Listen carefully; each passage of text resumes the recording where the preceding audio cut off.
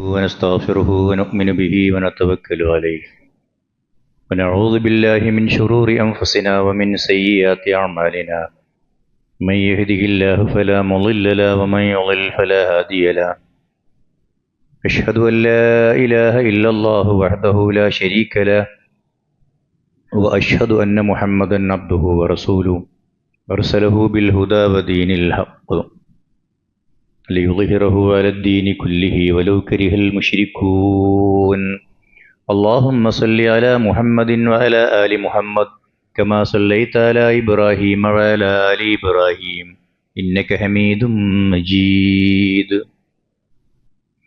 اللهم بارك على محمد وعلى آل محمد كما باركت على إبراهيم وعلى آل إبراهيم إنك حميد مجيد أما بعد فإن خير الكلام كلام الله وخير السنن سنن محمد صلى الله عليه وسلم وشر الأمور محدثاتها وكل محدثة بدعة وكل بدعة ضلالة أيها الإخوة والأخوات أوصيكم وإياي أولا بتقوى الله أعوذ بالله السميع العليم من الشيطان الرجيم وأما من أوتي كتابه بشماله فيقول يا ليتني لم أوت كتابيا ولم أدر ما حسابيا يا ليتها كانت القاضية ما أغنى عني ماليا هلك عني سلطانيا خذوه فغلوه ثم الجحيم صلوه ثم في سلسلة ذرعها 70 ذراعا فاسلكوه إنه كان لا يؤمن بالله العظيم ولا يحض على طعام المسكين. സത്യവിശ്വാസികളെ, വിശ്വാസിനികളെ, അള്ളാഹുവിൻ്റെ മതം നമ്മെ ഏൽപ്പിച്ച മുഴുവൻ ബാധ്യതകളും നിർവഹിച്ച് ജീവിതത്തെ കുറെ കൂടി സാമൂഹികമായ ഇടങ്ങളിൽ ഈടുറ്റ കണ്ണികളായി ജീവിച്ച് ജീവിതത്തെ കുറെ കൂടി ധന്യമാക്കാൻ ശ്രമിക്കണം എന്ന് എന്നെയും നിങ്ങളെയും ഉണർത്തുകയാണ്. ഒരു പൂർണ്ണ വിശ്വാസിയാവാൻ അയാൾ ശ്രദ്ധിക്കേണ്ട കുറേ കാര്യങ്ങളെക്കുറിച്ചാണ് കഴിഞ്ഞ ആഴ്ചയിൽ നമ്മൾ ചർച്ച ചെയ്തത്. നമ്മൾ ദുന്യവിയായ കാര്യങ്ങളെന്ന് പറഞ്ഞ് മാറ്റിവെക്കുന്ന പല കാര്യങ്ങളും അയാൾ അള്ളാഹുവിൻ്റെ പക്കൽ കൂലി കിട്ടണം എന്ന ഉദ്ദേശത്തോടു കൂടി ചെയ്യുമ്പോൾ അത് വലിയ പുണ്യകർമ്മമായി മാറുന്നു എന്നിടത്താണ് നമ്മൾ അവസാനിപ്പിച്ചത്. ഈ യാഥാർത്ഥ്യം പക്ഷേ തിരിച്ചറിയാൻ വിശ്വാസികളായ ആളുകൾ വൈകിപ്പോവുകയാണ്. വൈയക്തികമായി നമ്മൾ ചെയ്യുന്ന കർമ്മങ്ങൾ, ഇബാദത്തുകൾ, അവക്ക് അല്ലാഹു സുബ്ഹാനഹു നൽകുന്ന അതേ തോതിലോ ഒരുപക്ഷെ അതിൽ കൂടുതലോ അല്ലാഹു സുബ്ഹാനഹു വതആല പരലോകത്ത് നമുക്ക് പുണ്യം നൽകുന്നത്, കൂലി നൽകുന്നത് ഇത്തരത്തിലുള്ള കർമ്മങ്ങൾക്കാണ് എന്നതും നമ്മൾ പഠിക്കേണ്ടതുണ്ട്. അള്ളാഹുവും നമ്മളും തമ്മിലുള്ള ബന്ധം സുദൃഢമായി നിലനിർത്തണം.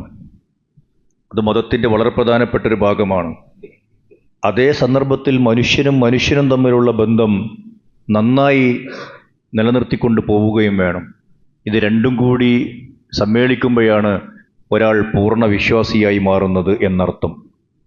അതുകൊണ്ട് തന്നെ ഈമാനിനോടുള്ള നമ്മളുടെ ശ്രദ്ധയും ജാഗ്രതയും, ഈമാൻ ചോർന്നു പോകുന്നതിൽ നമ്മൾ കാണിക്കുന്ന പേടിയും വെപ്രാളവും മനുഷ്യബന്ധങ്ങൾ മനുഷ്യന് ഉപകാരം ചെയ്യുന്നിടത്ത് ഉണ്ടാകുന്നില്ല എന്ന് വന്നുകൂടാ എന്നാണ് നമ്മൾ പറഞ്ഞു വെച്ചത്. 60-70 കൊല്ലമൊക്കെ ജീവിച്ച് എമ്പാടും സൽക്കർമ്മങ്ങൾ ചെയ്ത് നമസ്കാരവും നോമ്പും സക്കാത്തും സദഖയും ഹജ്ജും ഉംറയും ഒക്കെ നിർവഹിച്ച ആളുകൾ പരലോകത്തെത്തുമ്പോൾ കുറ്റവാളികളാണെന്ന് വിധി എഴുതപ്പെട്ട് നരകത്തിലേക്ക് വലിച്ചെറിയുന്ന ഒരു കാഴ്ച അല്ലാഹു സുബ്ഹാനഹു വ തആല നമ്മളെ ഓർമ്മപ്പെടുത്തുന്നതാണ് വിശുദ്ധ ഖുർആൻ അൽ ഹാഖ സൂറത്തിൽ നിന്ന് ഞാൻ ഓതി വെച്ച ആയത്തിലൂടെ പഠിപ്പിക്കുന്നത്. വലങ്കയിൽ ഇടങ്കയിൽ ഗ്രന്ഥം ലഭിക്കുന്ന ആളുകൾ അവിടെ വെച്ച് വിലപിക്കുകയാണ്, ഈ ഗ്രന്ഥം എനിക്ക് ലഭിച്ചില്ലായിരുന്നുവെങ്കിൽ, ഇങ്ങനൊരു വിചാരണ തന്നെ ഉണ്ടായില്ലായിരുന്നുവെങ്കിൽ, എൻ്റെ മനസ്സിൽ അങ്ങനെ ഒരു ഉണ്ടായില്ലായിരുന്നുവെങ്കിൽ, എനിക്കിതിനെക്കുറിച്ച് ധാരണയില്ലായിരുന്നു, ഈ ദുനിയാവിൽ ജീവിതത്തോടു കൂടി എല്ലാം തീർന്നുപോയെങ്കിൽ എനിക്കൊരുപാട് സമ്പത്തുണ്ടായിരുന്നു, ആ സമ്പത്ത് എനിക്ക് ഉപകരിച്ചില്ല. എനിക്കൊരുപാട് അധികാരങ്ങളുണ്ടായിരുന്നു, ആ അധികാരങ്ങളൊക്കെ നശിച്ചുപോയി. കിങ്കരന്മാരായ മലക്കുകളോട് അള്ളാഹുവിൻ്റെ കൽപ്പന, ഖുദൂഹു ഫഉല്ലൂഹു സുമ്മൽ ജഹീമ സല്ലൂഹു, കൈയും കാലും പിടിച്ചു കെട്ടി വലിച്ചെറിയൂ നരകത്തിലേക്ക്. കുറ്റമെന്താണെന്നറിയോ? എന്നിട്ട് 70 മുഴമുള്ള ചങ്ങലയിൽ ബന്ധിച്ചിടുക അയാളെ. അയാൾ ചെയ്ത കുറ്റം എന്താണെന്നറിയോ? അയാൾക്ക് ഇന്നഹു കാന ലാ യുഅ്മിനു ബില്ലാഹിൽ അളീം, അളീമായ അള്ളാഹുവിൽ വിശ്വസിക്കേണ്ട മുറപ്രകാരം അയാൾ വിശ്വസിച്ചിരുന്നില്ല. ഈമാൻ ഉണ്ട് എന്ന് അയാൾ വിചാരിച്ചിരുന്നു, പക്ഷെ ആ ഈമാനിൽ പെശക് പറ്റിയോ എന്നയാൾ പരിശോധിച്ചിരുന്നില്ല. മുഅ്മിനാണ്, മുവഹിദാണ് അയാൾ ഊറ്റം കൊണ്ടിരുന്നു, പക്ഷേ തൗഹീദിനൊപ്പം ശിർക്ക് കലർന്നിരുന്നുവോ എന്നയാൾ ഭയപ്പെടുകയോ പരിശോധിക്കുകയോ വിചിന്തനം നടത്തുകയോ ചെയ്തിരുന്നില്ല. മറ്റൊരു കുറ്റം, വലാ യഹുല്ലു അലാ തുആമിൽ മിസ്കീൻ, പാവങ്ങളായ കുറെ ആളുകൾക്കിടയിലാണ് അയാൾ ജീവിച്ചു പോയത്. അവർക്ക് അന്നം കൊടുക്കുന്ന വിഷയത്തിൽ അയാൾ പ്രേരണ നൽകിയില്ല. അന്നം കൊടുത്തില്ല എന്നല്ല, അന്നം കൊടുക്കുവാൻ മറ്റുള്ള ആളുകളെ പ്രേരിപ്പിക്കാമായിരുന്നു അയാൾക്ക്, അതുപോലും ചെയ്തില്ല എന്ന് അല്ലാഹു വലിയ കുറ്റമായി പറയുന്നു. പരലോക വിചാരണയ്ക്ക് ശേഷം ശിക്ഷയുടെ കാരണങ്ങൾ അല്ലാഹു ഇങ്ങനെ എണ്ണി പറയുമ്പോൾ, മറ്റൊരിടത്ത് വിശുദ്ധ ഖുർആൻ അൽ മുദ്ദസിർ സൂറത്തിൽ, ഇതൊക്കെ നമുക്ക് സുപരിചിതമായ ആയത്തുകളാണ്, ബൈഹാട്ടുള്ളതുമാണ്. കുല്ലു നഫ്സിൻ ബിമാ കസബത് റഹീന ഇല്ലാ അസ്ഹാബൽ യമീൻ ഫീ ജന്നാത്തിൻ യതസാഅലൂൻ അനിൽ മുജ്രിമീൻ. കുറ്റവാളികളായ ആളുകളെ നോക്കി സ്വർഗാവകാശികളായ ആളുകൾ ചോദിക്കുന്ന ഒരു ചോദ്യം, മാ സലക്കക്കും ഫീ സഖർ, നിങ്ങളെങ്ങനെയാണ് ഈ സഖറിലെത്തിപ്പെട്ടത്, നരകത്തിലെത്തിപ്പെട്ടത്? ഖാലൂ, അവർ പറയുന്ന ഉത്തരങ്ങൾ, അവർ തന്നെ പറയുന്ന ഉത്തരങ്ങൾ, ലം നകു മിനൽ മുസല്ലീൻ, ഞങ്ങൾ കൃത്യമായി നമസ്കാരം നിർവഹിക്കുന്നവരായിരുന്നില്ല, നിസ്കരിച്ചിരുന്നു, എപ്പോഴെങ്കിലുമൊക്കെ ഞങ്ങൾക്ക് സമയം കിട്ടുമ്പോൾ, ഞങ്ങൾക്ക് തോന്നുമ്പോഴൊക്കെ. രണ്ടാമത്തെ ആൻസർ, വലം നകു നുത്ഇമുൽ മിസ്കീൻ, ഞങ്ങൾ അഗതികൾക്ക് അന്നം നൽകിയിരുന്നില്ല. വകുന്നാ നഖൂളു മഅൽ ഖായിളീൻ, ഞങ്ങൾ നാടോടുമ്പം നടുവെ ഓടുകയായിരുന്നു എന്ന് ഇന്നത്തെ ഭാഷ. ആളുകൾ ചെയ്യുന്ന എല്ലാ കർമ്മത്തിൻ്റെ പിന്നാലെയും ഞങ്ങളും പോയി, അതൊക്കെ ഞങ്ങളും അനുഷ്ഠിക്കേണ്ടതാണെന്ന് ഞങ്ങൾക്ക് തോന്നി. അത് ശരിയുണ്ടോ തെറ്റുണ്ടോ, മതം പറഞ്ഞതാണോ അല്ലേ, ഞങ്ങളതൊന്നും ചിന്തിച്ചില്ല, ഞങ്ങളെങ്ങനെ ഓടുകയായിരുന്നു. അള്ളാഹുവിൻ്റെ മതം ഇത് പരലോകത്ത് വലിയ ഗതികേടായി മാറുമെന്ന് നമ്മൾ ഓർമ്മപ്പെടുത്തുന്നു.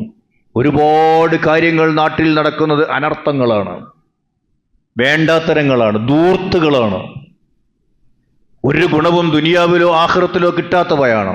അതൊക്കെയും എൻ്റെയും നിങ്ങളുടെയും വീടുകളിലേക്ക് പതുക്കെ കയറി വരുന്നത് നമ്മൾ അറിയാഞ്ഞിട്ടില്ല, നമ്മളത് ശ്രദ്ധിക്കാതെ പോവുകയാണ്. വകുന്നാ നഖൂളു മഅൽ ഖായിളീൻ എന്ന് ദുഃഖത്തോടുകൂടി സങ്കടത്തോടുകൂടി ആർത്തട്ടഹസിച്ച് പറയേണ്ടി വരുന്ന ഗതികേടുണ്ടാക്കരുത് എന്ന് നമ്മളിപ്പോഴാണ് ആലോചിക്കുന്നത്. മനുഷ്യരുടെ അവകാശങ്ങൾ കവർന്നെടുക്കുക എന്നത് ആരാധനകളൊക്കെയും പാഴ്വേലകളാക്കി മാറ്റിക്കളയുന്ന ഗുരുതരമായ തെറ്റാണെന്ന് അള്ളാഹുവിൻ്റെ പ്രവാചകൻ നമ്മളെ പഠിപ്പിക്കുന്നുണ്ട്.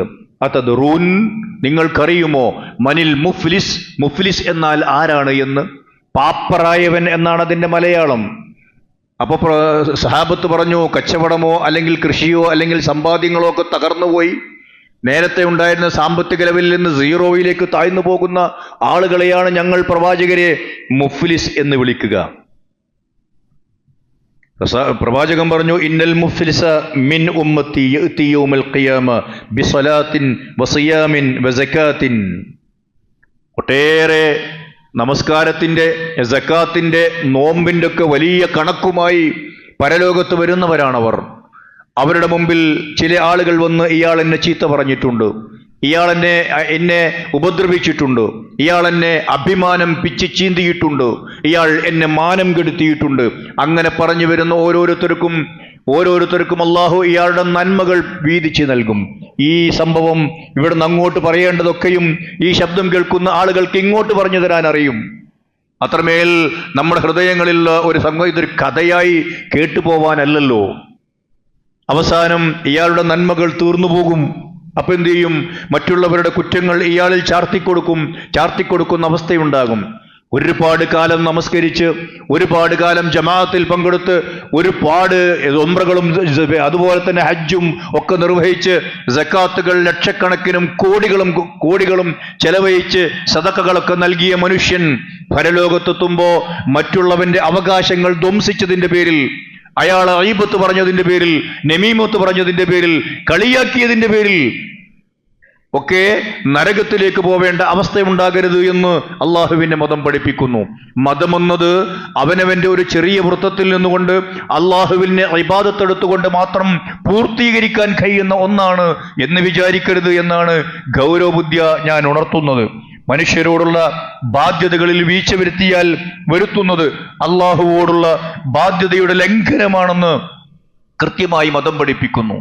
പരലോകത്ത് വരുമ്പോ ഇതും അറിയാവുന്ന വസ്തുതകൾ, നമുക്കറിയാവുന്ന ഒരു സംഭവം. അള്ളാഹുവിന്റെ മുമ്പിൽ വിചാരണയ്ക്ക് വരുന്നു. ഏ മനുഷ്യ, ഞാൻ രോഗിയായി കടന്നു, നീ എന്നെ വന്ന് കണ്ടില്ല. ഈ ഹദീസിന്റെ ബാക്കിയും ഈ ഇരിക്കുന്ന ഒരു 80% ആളുകൾക്ക് ഇങ്ങോട്ട് പറഞ്ഞു തരാൻ കഴിയും. എങ്ങനെയാണ് കൈഫ അഊദുക വഅൻത റബ്ബുൽ ആലമീൻ, ഞാൻ എങ്ങനെ താങ്കളെ പടച്ച തമ്പുരാനെ നിന്നെ വന്ന് രോഗമാകുമോ സന്ദർശിക്കും? നീ രോഗിയാകുന്ന അവസ്ഥയുണ്ടാകുമോ? നീ ആയാൽ എനിക്ക് ഒന്ന് കാണാൻ കഴിയുമോ? ഇന്നാലിന്ന സ്ഥലത്ത് നമ്മൾ ജീവിക്കുന്ന ഈ പ്രദേശത്തിന്റെ പല ഭാഗത്ത് അല്ലെങ്കിൽ നാമുമായി ബന്ധപ്പെട്ട് കിടക്കുന്നിടത്ത് ഇന്നയാൾ രോഗിയായി കിടക്കുകയായിരുന്നു എന്ന് നിനക്കറിയാമായിരുന്നു. നീ അവിടെ പോയില്ല. അവിടെ പോയാൽ അവിടെ നിനക്ക് എന്നെ കാണാമായിരുന്നു. അള്ളാഹുവിന്റെ രൂപത്തോടു കൂടി അവിടെ ഇങ്ങനെ അള്ളാഹു വന്നു നിൽക്കും എന്നല്ല പറഞ്ഞതിനർത്ഥം. അള്ള ഏൽപ്പിച്ച ഒരു ഉത്തരവാദിത്തം നിർവഹിക്കുക വഴി അള്ളാഹുവിനെ കുറിച്ചുള്ള ഓർമ്മയുണ്ടാവുകയും അള്ള ഏൽപ്പിച്ച ബാധ്യതയാണ് എന്ന ബോധമുണ്ടാവുകയും ജീവിതത്തിൽ പടച്ചവനെ ഓർക്കാനുള്ള നല്ല അവസരങ്ങൾ ഉണ്ടാവുകയും ചെയ്യും. പരലോകത്ത് സ്വർഗം കിട്ടുന്ന നല്ലൊരു അമലായി, ഒരു പുണ്യകർമ്മമായി അത് സ്വീകരിക്കപ്പെടുകയും ചെയ്യും. അതുപോലെ തന്നെ ആ ഹദീസ് ഇങ്ങനെ നീണ്ടു പോകുന്നുണ്ട്. ഞാൻ വിശന്നു, നീ എനിക്ക് അന്നം തന്നില്ല. അങ്ങനെ പോകുന്നു. അത് എനിക്ക് ദാഹിച്ചു, നീ എനിക്ക് വെള്ളം തന്നില്ല. ബാക്കി സംഗതികളൊക്കെ നമുക്കറിയാം. നോക്കൂ നിങ്ങൾ, നമ്മൾ ചെയ്യേണ്ട ഒരു ഉത്തരവാദിത്വം, ഒരു സാമൂഹ്യമായ ബാധ്യതയിലെ വീഴ്ചയെ അള്ളാഹുവോടുള്ള ബാധ്യതാ നിർവഹണത്തിലെ വീഴ്ചയായി കൃത്യമായി പരിചയപ്പെടുത്തുന്നു അള്ളാഹുവിന്റെ മതം. നമ്മൾ ആലോചിക്കാറില്ല അങ്ങനെ. അതിനിപ്പോ എനിക്ക് സമയമില്ല. അതും പടച്ചോനും തമ്മിലൊരു ബന്ധവുമില്ലെന്നാണ് നമ്മുടെ ധാരണ. ഞാനിപ്പോ അയാൾക്ക് അവിടെ പട്ടിണിയാണ്, ആ പട്ടിണി ശ്രദ്ധിച്ചില്ലെങ്കിൽ ഏറി വന്നാൽ ഇപ്പൊ ഞാനും അയാളും തമ്മിലുള്ള എന്തോ ഒരു ബാധ്യതയിൽ ചെറിയൊരു വീഴ്ച പറ്റും എന്നേ നമുക്കറിയൂ. അല്ല, അത് അള്ളാഹുവുമായിട്ടുള്ള ബന്ധത്തെ ബാധിക്കും. പടച്ചവനോടുള്ള ബാധ്യതകൾ നിർവഹിക്കുന്നതിലെ പോരായ്മയായി കാണും. അന്യരുടെ അവകാശങ്ങൾ കവർന്നെടുക്കുകയും തിന്നുകയും എന്നിട്ട് പടച്ച തമ്പുരാനോട് പ്രാർത്ഥിക്കുകയും ചെയ്യുന്ന ആളുകളെ കുറിച്ചും നമുക്കറിയാം. ജടകുത്തിയ മുടിയുമായി, പൊടിപാറിയ വസ്ത്രങ്ങളുമായി ആളുകൾ ഇങ്ങനെ പടച്ച തമ്പുരാനോട് വളരെ ക്ഷീണിതനായി, എടങ്ങേറായി അള്ളാഹുവിനോട് പ്രാർത്ഥിക്കുന്നുണ്ടാകും. കഷ്ടപ്പെട്ട് യാ റബ്ബ് യാ റബ്ബ് യാ റബ്ബ് എന്ന് ദുആയിരക്കുന്നുണ്ടാകും. അള്ളാഹുവോട് പ്രതീക്ഷ അർപ്പിച്ചുകൊണ്ട് പ്രാർത്ഥിക്കുന്ന ഞാനും നിങ്ങളും ആ പ്രാർത്ഥനയ്ക്ക് എന്തുകൊണ്ട് ഉത്തരം കിട്ടുന്നില്ല എന്നതിന് ഇതാണോ കാരണം എന്ന് പരിശോധിക്കേണ്ടതുണ്ട്. അള്ളാഹുവിന്റെ പ്രവാചകൻ പഠിപ്പിക്കുന്നു, മഅ്കലുഹു ഹറാം വമശ്റബുഹു ഹറാം വമൽബസുഹു ഹറാം ഉദിയ ഫിൽ ഹറാം ഫഅന്നാ യുസ്തജാബ്. അയാൾ ഭക്ഷിക്കുന്നത് ഹറാമിൽ നിന്നുള്ള സമ്പത്ത് കൊണ്ടാണ്. അയാൾ കുടിക്കുന്നതും ഹറാമായി സമ്പാദിച്ചതാണ്. അയാൾ ധരിക്കുന്നതും അയാളുടെ സകല വ്യവഹാരങ്ങളും ഹറാമായ കാശ് കൊണ്ടാണ്. അയാൾ ഹറാമിൽ ഊട്ടപ്പെട്ട് കിടക്കുകയാണ്. ഈ ഹറാമുകൾ എന്ന് പറയുന്നത് മറ്റുള്ളവന്റെ അവകാശങ്ങൾ പിടിച്ചെടുത്തതാണ്, അന്യായമായി സമ്പാദിച്ചതാണ്. അതിൽ കണ്ണീര് കുടിക്കുന്ന ആളുകൾ അപ്പുറത്തുണ്ടാകും. അന്നാ യുസ്തജാബ്, എങ്ങനെയാണ് ഉത്തരം കിട്ടുക? ആരുത്തരം നൽകാനാണ് അത്തരക്കാർക്ക്? ഇവിടെയും നമ്മൾ നന്നായി മനസ്സിലാക്കേണ്ടതുണ്ട്. അല്ലാഹു സുബ്ഹാനഹു വ തആല തനിക്ക് ഇബാദത്ത് എടുക്കുന്നതിന്റെ മുമ്പ് അതിനേക്കാൾ പ്രാധാന്യം കൽപ്പിച്ചുകൊണ്ട് തൻ്റെ അടിമകൾക്ക്, നമ്മളോടൊപ്പം ജീവിക്കുന്ന നമ്മുടെ സഹജീവികൾക്ക് ഗുണം കിട്ടുന്ന കാര്യങ്ങൾക്ക് പ്രാധാന്യം കൽപ്പിച്ചതായി കാണാം. അങ്ങനെ ഉണ്ടാവുമോ? നിങ്ങൾ അതാദ്യം ചെയ്യ്, എന്നിട്ട് അതിൻ്റെ പ്രയോറിറ്റി കൊടുക്കുമ്പോൾ ജീവകാരുണ്യ പ്രവർത്തനങ്ങൾക്ക് മുൻഗണനയും വൈയക്തികമായ ഇബാദത്തുകൾക്ക് അതിൻ്റെ താഴെയും ലിസ്റ്റ് ചെയ്തത് അള്ളാഹുവിൻ്റെ മതത്തിൽ ഉണ്ട്. അങ്ങനെ ഉണ്ടാവുമോ? അറബികൾക്കിടയിൽ ഒരു ചീത്ത സ്വഭാവമുണ്ടായിരുന്നു. ഭാര്യമാരോട് ദേഷ്യം പിടിക്കുമ്പോ അൻതി അലയ്യ കലഹരി ഉമ്മി എന്ന് പറഞ്ഞോളും, നീ എനിക്കെൻ്റെ ഉമ്മയെ പോലെയാണ്. അതോടുകൂടി ആ ബന്ധം പിരിയും. ഉമ്മയെ കാണുന്ന പോലെ ഭാര്യയെ കാണാൻ പറ്റില്ലല്ലോ. ദാമ്പത്യ ബന്ധം അവസാനിക്കും. ആ ദാമ്പത്യ ബന്ധത്തിൽ നിന്ന് രണ്ടാമത് വീണ്ടും ആ ബന്ധം അങ്ങനെ പറഞ്ഞു പോയാൽ ജാഹിലിയ കാലത്താണ്, അത് നിങ്ങൾ അവസാനിപ്പിക്കണം. ആർക്കെങ്കിലും അബദ്ധം പറ്റിയാൽ വല്ലദീന യുളാഹിറൂന മിൻ നിസാഇഹിം സുമ്മ യഊദൂന ലിമാ ഖാലൂ, അതിന് പ്രായശ്ചിത്തം നിശ്ചയിച്ചു അള്ളാഹുവിന്റെ മതം. ഫതഹരീറു റഖബ, നമ്പർ 1, ഒരു അടിമയെ മോചിപ്പിക്കണം. എന്നിട്ട് അടുത്ത ആയത്തിൽ ഫമൻ ലം യജിദ്, ഒരു അടിമയെ മോചിപ്പിക്കാൻ അയാൾക്ക് കഴിയില്ലെങ്കിൽ ഫസിയാമു ഷഹ്റൈനി മുതതാബിയൈൻ, 2 മാസം തുടർച്ചയായി നോമ്പെടുക്കണം. മിൻ ഖബ്ലി അൻ യതമാസ, അവർ വീണ്ടും ബന്ധപ്പെടുന്നതിന് മുമ്പ്. ഫമൻ ലം യസ്തതി, അതിനും സാധിക്കുന്നില്ലെങ്കിലോ 60 ആളുകൾക്ക് അയാൾ ഭക്ഷണം കൊടുക്കണം. ഇത്ആമു 60 മിസ്കീന. അപ്പൊ അള്ളാഹുവിന്റെ മതത്തിലെ ചില വീഴ്ചകൾക്ക്, ആചരിക്കുമ്പോൾ ഉണ്ടാകുന്ന തെറ്റുകൾക്ക് പ്രായശ്ചിത്തം കഫാറത്തായി നൽകുന്ന ഒരുപാട് ഉദാഹരണങ്ങൾ മനുഷ്യപ്പറ്റുള്ള ഇത്തരം പ്രവർത്തനങ്ങൾ ചെയ്യാൻ ആവശ്യപ്പെടുന്നുണ്ട്. അബദ്ധത്തിൽ ഒരു വിശ്വാസി വധിക്കപ്പെട്ടു പോയാൽ ആരാണോ കൊല ചെയ്തത് ആ കൊലയാളി എന്ത് ചെയ്യണം എന്നത് ഇതേ നിയമമാണ് വിശുദ്ധ ഖുർആനിലെ 4-ാം അധ്യായത്തിൽ 92-ലുള്ളത്. സത്യം ചെയ്തു, ശപഥം ചെയ്തു, ആ ശപഥത്തിന്റെ പ്രായശ്ചിത്തം കുറെ കൂടി നമ്മൾ ശരിക്കും മനസ്സിലാക്കേണ്ടതാണ്. നമ്മൾ ഈ ആവശ്യമുള്ളതിനും ഇല്ലാത്തതിനൊക്കെ ശപഥം ചെയ്യാൻ നിൽക്കരുത്. ഇത് മറ്റൊരു വിഷയമാണ്. അനങ്ങിയാൽ അറബികളുമാരി വല്ലാഹി പറയരുത്. അത് അവസാനത്തെ അറ്റ കൈക്ക് ചെയ്യേണ്ട സംഗതിയാണ് ശപഥം ചെയ്യുക എന്നത്. ശപഥം ചെയ്താൽ അത് പാലിക്കണം. പാലിക്കാതിരുന്നാൽ 5-ാം അധ്യായത്തിൽ 89-ൽ സംഗതി പറയുന്നുണ്ട്. 10 അഗതികൾക്കുള്ള അന്നം നൽകണം, അല്ലെങ്കിൽ അവർക്ക് വസ്ത്രം നൽകണം, അതുമല്ലെങ്കിൽ ഒരു അടിമയെ മോചിപ്പിക്കണം. അതിനും സാധ്യമല്ലെങ്കിൽ 3 ദിവസം നോമ്പ് നിൽക്കണം. ഞാൻ ലിസ്റ്റിന്റെ ആ മുൻഗണനാക്രമം ഒന്ന് പിടിച്ചു നോക്കൂ നിങ്ങൾ. ഒന്നുകൂടി പോയാൽ 10 അഗതികൾക്ക് അന്നം നൽകണം, 2 വസ്ത്രം നൽകണം, അല്ലെങ്കിൽ 3 ഒരു അടിമയെ മോചിപ്പിക്കണം, 4 അതിനും സാധ്യമല്ലെങ്കിൽ 3 ദിവസം നോമ്പ് നിൽക്കണം. ഇവിടെ 1, 2, 3 ഓപ്ഷനുകൾ മനുഷ്യന്മാർക്ക് ഗുണം ചെയ്യുന്നതാണ്, മനുഷ്യന്മാർക്ക് ഗുണം കിട്ടുന്നതാണ്. അവസാനത്തെ ഓപ്ഷനാണ് അത് സാധ്യമല്ലെങ്കിലാണ് അള്ളാഹുവിനുള്ള ആരാധനയായി ചെയ്യണമെന്ന് പറഞ്ഞത്. ഇത്രമേൽ സമൂഹവുമായി എന്താ പറയുക, ഇഴപിരിയാത്ത ഒരു ബന്ധം ആരാധനകളിലും സൽക്കർമ്മങ്ങളിലും ഉണ്ടാക്കിയെടുക്കുന്നുണ്ട് വിശ്വാസിയുടെ ജീവിതത്തിൽ ഈ മതം എന്നർത്ഥം. ഖുർആൻ പറഞ്ഞ സുപരിചിതമായ ഒരു ഭാഗമുണ്ട്. ഫലഖതഹമൽ അഖബ. നിങ്ങൾ ആ മലമ്പാത താണ്ടിക്കടന്നില്ല. ആ മലമ്പാത താണ്ടിക്കടന്നാൽ അതിനപ്പുറമാണ് സുഖലോക സ്വർഗമുള്ളത്. കീക്കാന്തൂക്കായ പാറക്കൂട്ടങ്ങൾ, വഴുവഴുപ്പുള്ള ആ പാറക്കൂട്ടങ്ങൾ അള്ളിപ്പിടിച്ച് കയറി അടർന്നു വീണ് വീണ്ടും ഈ മുൾക്കാടുകൾ താണ്ടിയിട്ട് നിങ്ങളിങ്ങനെ ക്ലേശപൂർണമായ ഒരു യാത്ര പോകണം. ഹൈവേയിലൂടെയല്ല, ചുരം കയറണം നിങ്ങൾ. അഖബ. അവിടെ ഈ മുൾക്കാടുകൾ വകഞ്ഞു മാറ്റി ഹിംസ്ര ജന്തുക്കളുണ്ട് നിങ്ങളെ പിടിച്ചു തിന്നാവുന്ന. ആ ഹിംസ്ര ജന്തുക്കളുടെ ആക്രമണങ്ങളിൽ നിന്ന് സമർത്ഥമായി രക്ഷപ്പെടണം.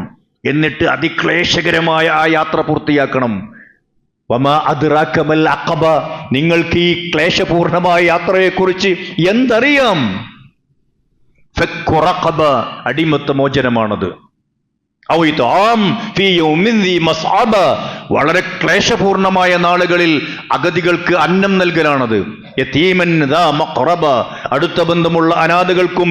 ഔ മിസ്കീനൻ ദാ മത്രബ, കഷ്ടപ്പാടുകൾ കൊണ്ട് മണ്ണ് പുരണ്ടുപോയ പാവങ്ങൾക്കും. ثم كان من الذين آمنوا وتواصوا بالصبر وتواصوا بالمرحمة. പോരാ, പരസ്പരം ക്ഷമയും പരസ്പരം ഹക്ക് കൊണ്ടും ക്ഷമ കൊണ്ടും പരസ്പരം അങ്ങോട്ടും ഇങ്ങോട്ടും വസിയത്ത് ചെയ്യുന്ന, ഉപദേശിക്കുന്ന ഒരു സ്ട്രോങ് ടീം, ഒരു ശക്തമായ ഒരു ബെൽറ്റിനകത്ത് ജീവിക്കുകയും വേണം. ശക്തമായ ഒരു ബെൽറ്റിനകത്ത് ജീവിക്കണം. ഉലൈക അസ്ഹാബുൽ മൈമന, അവർ മാത്രമാണ് വലതുപക്ഷത്തിന്റെ ആളുകൾ. വിശുദ്ധ ഖുർആനാണിത്. നന്മ എന്താണ് എന്ന് വിശദീകരിക്കുന്ന വിശുദ്ധ ഖുർആനിന് 2-ാം അധ്യായത്തിലെ 170-ാമത്തെ ആയത്ത് ജീവിതത്തിൽ പകർത്തിയാൽ സമൂഹത്തിൽ വിളക്കുമാടമായി എഴുന്നു നിൽക്കാനാവും എന്ന് മുഫസ്സിറുകൾ എഴുതി വെക്കുന്നു. ലൈസൽ ബിർറ അൻ തുവല്ലു വുജൂഹക്കും ഖിബ്ലൽ മശ്രിഖി വൽ മഗ്രിബ്, നിങ്ങൾ കിഴക്കോട്ടോ പടിഞ്ഞാറോട്ടോ തിരിഞ്ഞു നിൽക്കുന്നതിലല്ല പുണ്യം. വലാകിന്നൽ ബിർറ മൻ ആമന ബില്ലാഹി വൽ യൗമിൽ ആഖിർ വൽ മലായികതി വൽ കിതാബി വൻ നബിയീൻ, വിശ്വാസപരമായ ഈ 5 കാര്യങ്ങൾ അതിൽ വിശ്വസിക്കലാണ്. നിങ്ങൾക്ക് സമ്പത്തിനോട് ഏറെ ഇഷ്ടമുള്ളപ്പോ ആ സമ്പത്ത് നൽകണം. അടുത്ത ബന്ധുക്കൾക്ക്, അനാഥകൾക്ക്, മിസ്കീനുമാർക്ക്, ഇബ്നു സബീലിന്, ചോദിച്ചു വരുന്നവർക്ക്, അടിമത്ത മോചനത്തിന്. പിന്നെയാണ് എന്ന വരിയുള്ളത്. ശുദ്ധ ഖുർആനിന്റെ ഈ പ്രയോറിറ്റി നമ്മൾ നന്നായി പഠിക്കണം. ഇബാദുർ റഹ്മാനില്ലദീന യംശൂന അലൽ അർളി ഹൗന.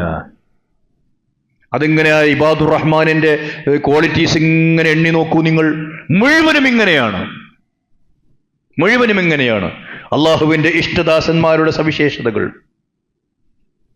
നടത്തത്തിൽ മര്യാദ പറഞ്ഞു, അവിവേകികളുമായുള്ള വാദകോലാഹലത്തോട് സ്വീകരിക്കേണ്ട സമീപനം പറഞ്ഞു, രാത്രി നമസ്കാരത്തെക്കുറിച്ച് പറഞ്ഞു, സമ്പത്ത് ചെലവഴിക്കുമ്പോൾ പുലർത്തേണ്ട മിതത്വത്തെക്കുറിച്ച് പറഞ്ഞു, ബഹുദൈവാരാധന വർജിക്കണമെന്ന് പറഞ്ഞു, അന്യായമായ കൊലകൾ തടയുന്നതിനെ കുറിച്ച് സംസാരിച്ചു, വ്യഭിചാര നിരോധനം, കള്ളസാക്ഷ്യം ഉപേക്ഷിക്കൽ, അനാവശ്യ കാര്യങ്ങൾ സ്വീകരിക്കേണ്ട നിലപാട്, അങ്ങനെ കടന്നു പോകുന്നു. അത് അപ്പോഴാണ് ഒരു ഇബാദുർ റഹ്മാൻ രൂപപ്പെടുന്നത്. വൈയക്തികമായ ഇബാദത്തുകൾ നിർവഹിച്ച് ഞാൻ ഏറെ 100% ആൻഡ് എബവ് പെർഫെക്റ്റ് ആണ് എന്ന് വിചാരിക്കേണ്ടതില്ല എന്നാണ് ഞാൻ സൂചിപ്പിക്കുന്നത്. വഖളാ റബ്ബുക അല്ലാ തഅബുദു ഇല്ലാഹു വബിൽ വാലിദൈനി ഇഹ്സാന എന്ന് തുടങ്ങുന്ന സൂറത്തുൽ ഇസ്രായിലെ ആയത്തുകളിലൂടെ കടന്നുപോയാലും ഈ മനുഷ്യപ്പറ്റുള്ള ഒരുപാട് ഏരിയകളിലൂടെ നമ്മളെ നടത്തിക്കൊണ്ടുപോകുന്നത് കാണാം വിശുദ്ധ ഖുർആൻ. അപ്പം അങ്ങനെയുള്ള ഒരു അവസ്ഥയിൽ ഇനി ഒരു സൂറത്ത് നമുക്കൊക്കെ പരിചയമുണ്ട്. അറഅയ്തല്ലദീ യുകദ്ദിബു ബിദ്ദീൻ ഫദാലികല്ലദീ യദുഉൽ യതീം വലാ യഹുല്ലു അലാ തുആമിൽ മിസ്കീൻ ഫവൈലുൽ ലിൽ മുസല്ലീൻ അല്ലദീന ഹും അൻ സ്വലാത്തിഹിം സാഹൂൻ അല്ലദീന ഹും യുറാഊൻ വയംനഊനൽ മാഊൻ. അനാഥകളുടെ അന്നം കൊടുക്കാൻ പ്രേരിപ്പിക്കാത്ത ആളുകളും അത്തരത്തിലുള്ള ജീവകാരുണ്യ പ്രവർത്തനത്തിൽ നിന്ന് വിട്ടുനിൽക്കുന്ന ആളുകളും അറഅയ്തല്ലദീ യുകദ്ദിബു ബിദ്ദീൻ, മതമില്ലാത്തവരാണ്. മതത്തെ നിഷേധിക്കുന്ന ആളുകളെ കണ്ടുവോ? അവർ നമസ്കരിക്കുന്നുണ്ട് ആളുകളെ കാണിക്കാൻ വേണ്ടി. അറ്റ കൈക്കുപ്പ് തേക്കാത്തവരാണവർ എന്ന് അല്ലാഹു തന്നെ കുറ്റപ്പെടുത്തുന്നു. മതമല്ല പ്രശ്നം, പൊരിയുന്ന വയറാണ് പ്രശ്നം എന്ന് പറഞ്ഞ് ആളുകളെ ഇളക്കി മറിക്കുന്ന പ്രത്യയശാസ്ത്രങ്ങളുണ്ട്. അവക്ക് മുമ്പിൽ ഇസ്ലാമാണ് ഇത് ആദ്യം പറഞ്ഞത് എന്നും നമ്മുടേതാണ് ആ ബാധ്യത ആദ്യമെന്നും നമ്മൾ മറന്നുപോകുന്നു. കനാൽ കരയേറേണ്ടോരെത്ര പേരോ താഴത്ത് പായ്ച്ചേറിൽ അമർന്നിരിക്കെ താനൊറ്റയായി ബ്രഹ്മപദം കുതിക്കും തപോനദിക്ക് എന്തൊരു ചാരിതാർത്ഥ്യമെന്ന ഉള്ളൂരിന്റെ കവിതകൾ പാടിപ്പറഞ്ഞാണ് ഈ മതവിശ്വാസികളായ ആളുകൾ നിരീശ്വര നിർമ്മത പ്രസ്ഥാനത്തിന്റെ ആളുകളാക്കി മാറ്റുന്നത്. ആപത്ത് വന്നെടുത്തിയിടുന്ന നേരത്ത് ശോഭിക്കയില്ലടോ സജ്ജനഭാഷിതം എന്ന് നമ്മെ കളിയാക്കി കുഞ്ചൻ നമ്പ്യാർ. നമുക്കത് മനസ്സിലായില്ല. നിങ്ങൾ പറയുന്ന ഈ സുന്ദരമായ ആശയങ്ങളും കൊണ്ട് ആളുകളെടുത്തു പോകുമ്പോൾ അവരുടെ മനസ്സിലേക്ക് ഇത് ഇറങ്ങി ചെല്ലണമെങ്കിൽ അവരുടെ തലയിൽ കത്തുന്നതൊന്ന് അവസാനിപ്പിക്കണം.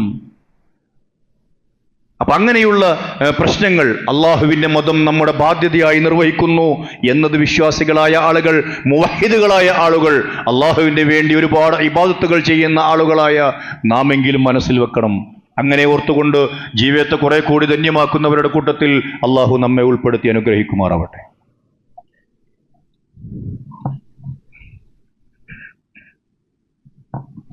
അൽഹംദുലില്ലാഹ് വസ്സലാത്തു വസ്സലാമു അലാ അഷ്റഫിൽ അംബിയാഇ വൽ മുർസലീൻ വഅലാ ആലിഹി വസഹ്ബിഹി അജ്മഈൻ. അമ്മാ ബഅദ്. അയ്യുഹൽ ഇഖ്വാ വൽ അഖ്വാത്ത് ഊസീകും വഇയ്യായ സാനിയം ബിത്തഖ്വല്ലാഹ്. സഹോദരന്മാരെ, സഹോദരികളെ, അള്ളാഹുവിൻ്റെ മതം പൂർണ്ണമായി ആചരിച്ചുകൊണ്ട് കുറെ കൂടി നല്ല നിലയിൽ ജീവിച്ച് മുമ്പോട്ട് പോകാൻ, ഒരു സോഷ്യൽ കമ്മിറ്റ്മെൻറ്റോടുകൂടി ജീവിച്ച് മുമ്പോട്ട് പോകണമെന്ന് ആദ്യം എന്നെയും പിന്നെ നിങ്ങളെയും ഒന്നുകൂടെ ഞാൻ ഉണർത്തുന്നു. വിശുദ്ധ ഖുർആൻ ഹൂദ് അധ്യായത്തിൽ 11-ാമത്തെ ആയത്തിനെ തഫ്സീറുകളിൽ വിശദീകരിക്കുന്നത് ഒന്ന് നമ്മൾ കേൾക്കുക. അതിങ്ങനെയാണ്: വമാ കാന റബ്ബുക ലിയുഹ്ലികൽ ഖുറ ബിളുൽമിൻ വഅഹ്ലുഹാ മുസ്ലിഹൂൻ. അള്ളാഹു നശിപ്പിക്കുകയില്ല ഒരു നാടിനെ ബിളുൽമിൻ, ളുൽമ് കാരണം. ഈ ളുൽമിന് മുഫസ്സിറുകളായ ആളുകൾ, ഇമാം റാസിയെ പോലെയുള്ള ആളുകൾ, ഖുർത്തുബിയെ പോലെയുള്ള ആളുകൾ, പിന്നെയും കുറെ മുഫസ്സിറുകൾ ളുൽമ് എന്നത് ലുഖ്മാൻ അലൈഹി സ്വലാത്തു വസ്സലാം മകനോട് പറഞ്ഞ ഇന്ന ശിർക ലളുൽമുൻ അളീം എന്നതാണ്. ളുൽമ് കലരാത്ത വിശ്വാസമുള്ള ആളുകൾക്കാണ് തുമഇനീൻ, മനസ്സമാധാനമുണ്ടാവുക എന്ന് പറഞ്ഞല്ലോ. വലം യൽബസൂ ബിഈമാനിഹിം ബിളുൽമിൻ. ആ അർത്ഥം തന്നെയാണ് ഇവിടെയും വെക്കേണ്ടത് എന്നവർ വാദിക്കുന്നു. എന്നിട്ട് ഈ ആയത്തിന് അവർ അർത്ഥം പറഞ്ഞു: നാട്ടുകാർ നന്മ ചെയ്യുന്നവരായിരിക്കെ അള്ളാഹു ബഹുദൈവത്വം കാരണം ആ നാടുകളെ നശിപ്പിക്കുകയില്ല. ശിർക്ക് ചെയ്തു എന്നതിൻ്റെ പേരിൽ ഒരു നാടിനെ മുച്ചൂടും നശിപ്പിക്കുകയില്ല. അപ്പോ അങ്ങനെ വരുമ്പോ അള്ളാഹു നശിപ്പിച്ച കുറേ നാടുകളുണ്ടല്ലോ. ഇമാം തഫ്സീർ റാസി അദ്ദേഹം പറയുന്നത് എന്താണെന്ന് വെച്ചാൽ, അന്നഹു തആല ലാ യുഹ്ലികു അഹ്ലൽ ഖുറാ ബിമുജറദി കൗനിഹിം മുശ്രിക്കീന ഇദാ കാനൂ മുസ്ലിഹീന ഫിൽ മുആമലാത്തി ഫീമാ ബൈനഹും. ആളുകൾക്കിടയിലുള്ള ഹക്കടപാടുകളും മുആമലാത്തുകളും ബാധ്യതാ നിർവഹണങ്ങളും സുന്ദരമായി കൊണ്ടുപോകുന്നുണ്ട് എങ്കിൽ ശിർക്ക് ഉണ്ട് എന്നതിൻ്റെ പേരിൽ ഒരു നാടിനെ അള്ളാഹു നശിപ്പിക്കുകയില്ല. വൽഹാസിൽ അന്ന അദാബൽ ഇഗ്തിസാൽ ലാ യൻസിൽ ലിഅജ്ലി കൗനിൽ ഖൗം മുതഖിദൻ ലിശ്ശിർകി വൽ കുഫർ. ശിർക്കിലും കുഫറും ആണ് എന്നതിൻ്റെ പേരിലല്ല ഈ സർവനാശം സംഭവിക്കുന്നത്. ബൽ ഇന്നമാ യൻസിൽ ദാലികൽ അദാബ് ഇദാ അസാഉ ഫിൽ മുആമലാത്തുകളിൽ നമ്മൾ പരസ്പരം അങ്ങോട്ടും ഇങ്ങോട്ടും കാണിക്കേണ്ട പെരുമാറ്റ മര്യാദകളിൽ വീഴ്ച വരുമ്പോഴാണ് അള്ളാഹ് നശിപ്പിക്കുന്നത്. മനുഷ്യന്മാർക്കിടയിൽ ളുൽമും ഈദാവും ഒക്കെ ഉണ്ടാകുമ്പോഴാണ്. അതുകൊണ്ട് അള്ളാഹു സുബ്ഹാനഹു വ തആല ഇങ്ങനെ പറഞ്ഞു എന്ന് അദ്ദേഹം പറയുന്നു. അതേ സംഭവം തന്നെയാണ് ഇമാം ഖുർത്തുബി ഉദ്ധരിക്കുന്നത്. അതേ സംഭവം തന്നെയാണ് ഈ ഫത്ഹുൽ ഖദീർ നൽകുന്ന വ്യാഖ്യാനം. അത് തന്നെയാണ് തഫ്സീറുൽ മുനീറിലും ഷഅറാവിയിലും ബഗവിയിലും ഒക്കെയുള്ളത്. അപ്പൊ ഇങ്ങനെയുള്ള ഒരുപാട് സംഭവങ്ങളിൽ അള്ളാഹു സുബ്ഹാനഹു വ തആല ആളുകളെ എന്താ പറയുക, കൊന്നുകളഞ്ഞ, മുച്ചൂട് നശിപ്പിച്ച കഥകൾ നമുക്ക് പറയാനുണ്ട്. ആ കഥകളിൽ ഒരുപാട് സമുദായത്തെ അള്ളാഹു കൊന്നിട്ടുണ്ടല്ലോ. നമുക്ക് പറയാം, ആദ് സമുദായം, ഊദ് സമുദായം, അങ്ങനെ പോകുന്ന നൂഹ് നബിയുടെ സമുദായം, അവിടെ നിന്ന് തൊട്ടിങ്ങോട്ട് ഒരുപാട് കഥകൾ പറയാം. അതിനൊക്കെ കാരണവും അവർ പറയുന്നത് ലൂത്ത് നബിയുടെ ജനതയെ നശിപ്പിച്ചത് എന്തിനാ നമുക്കറിയാം. ഷുഐബ് നബിയുടെ ജനതയെ നശിപ്പിച്ചത് എന്തിനാ നമുക്കറിയാം. അപ്പൊ അങ്ങനെ അവരുടെ ഈ അളവിലും തൂക്കത്തിലും കൃത്രിമം കാണിക്കുകയും ബാധ്യതാ നിർവഹണത്തിൽ വീഴ്ച വരുത്തുകയും സ്വർഗരതിയുടെ ആളുകളായി മാറുകയും ആളുകളുടെ ഈ ബന്ധങ്ങളൊക്കെ നശിപ്പിച്ചു കളയുകയും അങ്ങനെ പോകുന്ന അളവിലും തൂക്കത്തിലും കൃത്രിമം കാണിച്ച ഒരു കൂട്ടർ, അങ്ങനെ നിങ്ങൾ എടുത്തു നോക്കൂ. അങ്ങനെയുള്ള കുറെ ദൈവിക ശിക്ഷകൾക്ക് ഇത് കാരണമായെന്നാണ്. അപ്പൊ അള്ളാഹുവിനോടുള്ള ബാധ്യതാ നിർവഹണത്തിലെ വീഴ്ച പരലോകത്തിലെ കഠിന ശിക്ഷകൾക്ക് വിധേയമാകും, യാതൊരു തർക്കവുമില്ല. വിശ്വാസപരമായി വീഴ്ച വന്നാൽ കഠിനമായി അള്ളാഹു സുബ്ഹാനഹു വ തആല നരകത്തിലിട്ട് ശിക്ഷിക്കും. ഒപ്പം നമ്മൾ മറന്നുപോവാതെ കാത്തു സൂക്ഷിക്കേണ്ട ഒരു സംഗതി എന്താണെന്നറിയോ? മനുഷ്യരോട് ചെയ്യുന്ന അനീതി രണ്ട് ലോകത്തും ശിക്ഷയ്ക്ക് കാരണമാകും. രണ്ട് ലോകത്തും ശിക്ഷയ്ക്ക് കാരണമാകും എന്നതാണ്. അപ്പം നമ്മുടെ ഹക്കുകൾ, ബാധ്യതകൾ, മാതാപിതാക്കളുള്ള കടമകളും ബാധ്യതകളും, മുതിർന്നവരോടുള്ള കടമകളും ബാധ്യതകളും, കുടുംബത്തോട് നിർവഹിക്കേണ്ട ബാധ്യതകളും കടമകളും, മഹല്ലത്തിനോട് കാണിക്കേണ്ട ബാധ്യതകളും കടമകളും, നാടിനോട് കാണിക്കേണ്ട ഉത്തരവാദിത്തങ്ങളും കടപ്പാടുകളും കടമകളും, അങ്ങനെ പോകുന്ന നമ്മുടെ കീഴിൽ ജീവിക്കുന്ന ആളുകൾ, നമ്മുടെ മുമ്പിലുള്ള ആളുകൾ, നമ്മെ അള്ളാഹു ഏൽപ്പിച്ച നമ്മുടെ കീഴിലുള്ള കുറെ ആളുകൾ, അങ്ങനെ പോകുന്ന കുറേ ബന്ധങ്ങളുണ്ട്. ആ ബന്ധങ്ങളിലുള്ള വീഴ്ചക്ക് ദുനിയാവിലും ശിക്ഷ കിട്ടും, ആഖിറത്തിലും ശിക്ഷ കിട്ടും എന്നാണ് ഈ പറയുന്നത്. അള്ളാഹുവിൻ്റെ മതം അങ്ങനെ ഒരു നല്ല നിലയിൽ ജീവിച്ചു പോകുന്ന മനുഷ്യനെ സൃഷ്ടിക്കുന്നു. അങ്ങനെയുള്ള കുറേ ആളുകളുള്ള നല്ല കുടുംബങ്ങളെ സൃഷ്ടിക്കുന്നു. അങ്ങനെയുള്ള നല്ല കുടുംബങ്ങളുള്ള ഒരു സമൂഹത്തെ വാർത്തെടുക്കണമെന്ന് ആഗ്രഹിക്കുന്നു. ദുനിയാവിലും ആഖിറത്തിലും നന്മ മാത്രം ആഗ്രഹിച്ചുകൊണ്ട് ജീവിക്കുന്ന സുന്ദരമായൊരു സമൂഹത്തെ, അങ്ങനെയുള്ളൊരു സമൂഹത്തെ കെട്ടിപ്പടുക്കുന്നതിൽ ഈടുറ്റ കണ്ണികളാവാൻ അല്ലാഹു സുബ്ഹാനഹു വ തആല നമ്മയെല്ലാവരെയും പ്രാപ്തരാക്കുമാറാവട്ടെ. ഇന്ന് നമ്മുടെ പള്ളിക്ക് വേണ്ടിയുള്ള, നമ്മുടെ ഈ പള്ളിയുടെ ദൈനംദിന കാര്യങ്ങൾക്കൊക്കെ വേണ്ടിയുള്ള സാമ്പത്തിക ചെലവുകൾക്ക് വേണ്ടി ഫണ്ട് പിരിക്കുന്നു. അതിലെല്ലാവരും നന്നായി സഹകരിക്കണം എന്ന് ഓർമ്മപ്പെടുത്തുകയാണ്. ലോകത്തിൻ്റെ ഒരു ഭാഗത്ത് വിശ്വാസികളായ ആളുകൾ പ്രയാസങ്ങൾ അനുഭവിക്കുന്നു. ആ പ്രയാസങ്ങൾ മുസ്ലിമീങ്ങൾ തിങ്ങിപ്പാർക്കുന്ന മറ്റുള്ള പ്രദേശങ്ങളിലേക്ക് കടന്നു വരുമോ എന്ന് നമ്മൾ ഭയപ്പെടുന്നു. ആശങ്കകൾ ലോകം മുഴുവനുമാണ്. അത്തരത്തിലുള്ള ഭീതിജനകമായൊരു അന്തരീക്ഷത്തിലൂടെ നമ്മൾ കടന്നു പോകുന്നു. സർവശക്തനായ തമ്പുരാനോട് സമാധാനത്തിന് വേണ്ടിയുള്ള ദുആ നമ്മുടെ എല്ലാ പ്രാർത്ഥനാ വേളകളിലും മറക്കാതെ നിർവഹിക്കണം എന്ന് വളരെ ശക്തിയായി ഞാൻ ആവശ്യപ്പെടുകയാണ്. സർവശക്തനായ തമ്പുരാനെ, നിന്റെ ഈ ഭൂമിയിൽ നിന്റെ മതം വിശ്വസിച്ചുകൊണ്ട് മുവഹിദുകളായി സമാധാനത്തോടുകൂടി ജീവിക്കുവാനുള്ള അവസരം ഞങ്ങൾക്കെല്ലാവർക്കും നൽകി അനുഗ്രഹിക്കണമേ റഹ്മാനെ. ഇസ്ലാമിനോട് ശത്രുത കാണിക്കുന്ന ആളുകൾ, മുസ്ലിമീങ്ങളെയും മുസ്ലിം രാഷ്ട്രങ്ങളെയും വകവരുത്തുവാനുള്ള ഗൂഢശ്രമങ്ങളിൽ നിന്ന് പിന്തിരിയാൻ നീ അവർക്ക് തോന്നിച്ചു നൽകണമേ റഹ്മാനെ. ലോകത്ത് സമാധാനം നിലനിർത്താൻ ആവശ്യമായ സമാധാനത്തിൻ്റെ ഉടമ്പടികളിലേക്ക് തിരിച്ചു വരാൻ ഉത്തരവാദപ്പെട്ട ലോകരാഷ്ട്ര നേതാക്കന്മാർക്ക്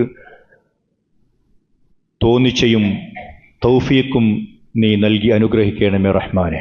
ലോകത്തുള്ള മുഴുവൻ മനുഷ്യർക്കും സമാധാനത്തോട് ജീവിക്കുവാൻ പറ്റാവുന്ന സമാധാന അന്തരീക്ഷം നീ തന്നെ നൽകി അനുഗ്രഹിക്കണമേ റഹ്മാനെ.